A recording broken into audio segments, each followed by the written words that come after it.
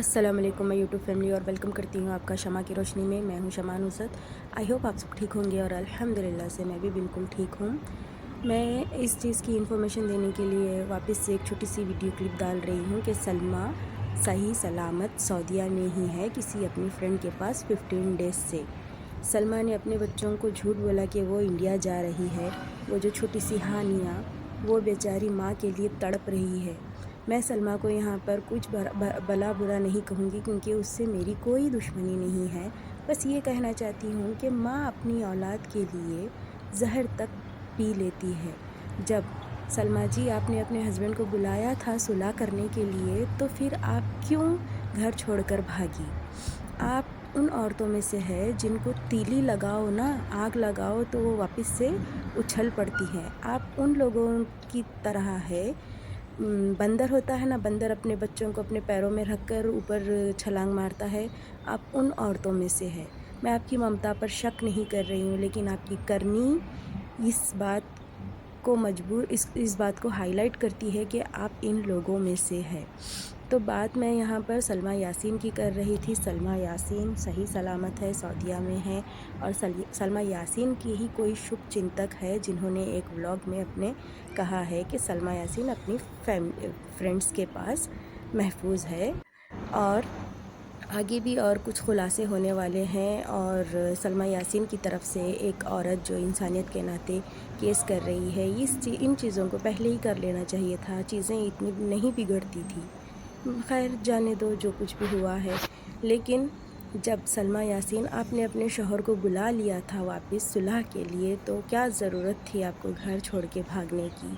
क्या ज़रूरत थी? आप पहले कहती हो हाँ मैं सुलह करने के लिए रेडी हूँ। आपके चाचाजाद भाई, आपके चाचा चाची, शाहिद भाई समझाने पर आप हाँ कह देती हो। लेकिन जब आपको लालची लोग आग लगाते हैं ना, पेट्रोल डाल के तीली करते हैं, उंगली करते हैं ना, तो आप वापस से सारे वादे वगैरह भूल जाती हो। यही है आपकी अखलाक, यही है आपकी दीन की बातें।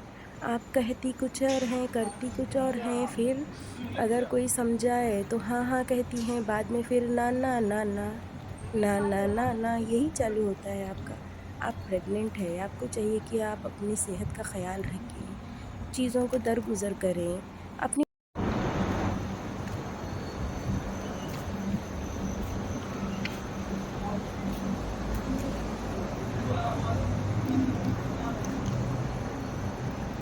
ना कि अपना फ्रस्ट्रेशन अपने होने वाले बच्चे के ऊपर निकालो, उसे मुक्के मारो। ये सरासर गलत है। देखिए, मैं मानती हूँ चैटिंग हुई होगी, इस बात की तज़लील आपने भी नहीं की है कि मेरे शौहर ने मेरी बहन के साथ ज़िना किया है। इस बात को कभी भी आपने नहीं बोला है। तो चैटिंग का जो फ्रस्ट्रेशन है वो अभी जो बच्चा पैदा नहीं हुआ उसके ऊपर ना निकालो। और आपके बड़े जब आपको समझा रहे हैं, बोल रहे हैं, जो सही है उसका साथ देंगे, हमसे बात करो, तो आप एटीट्यूड दिखा रहे हो, ब्लॉक कर रहे हो गलत तरीके से।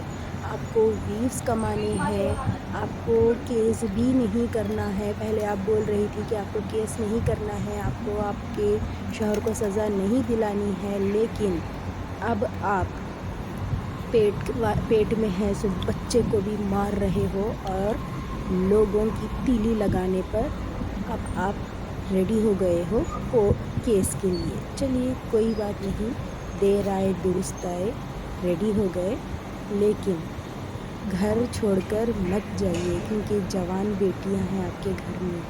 मैं मानती हूँ नीचे नानी और दादा प्लस नाना दोनों भी है, लेकिन फिर भी वो जो छोटी बच्ची है हानिया, उसका रो रो कर बुरा हाल है।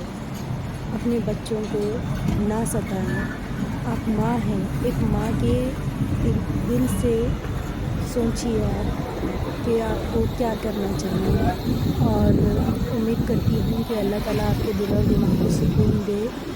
और अपनी वीडियो को यहीं पर ख़त्म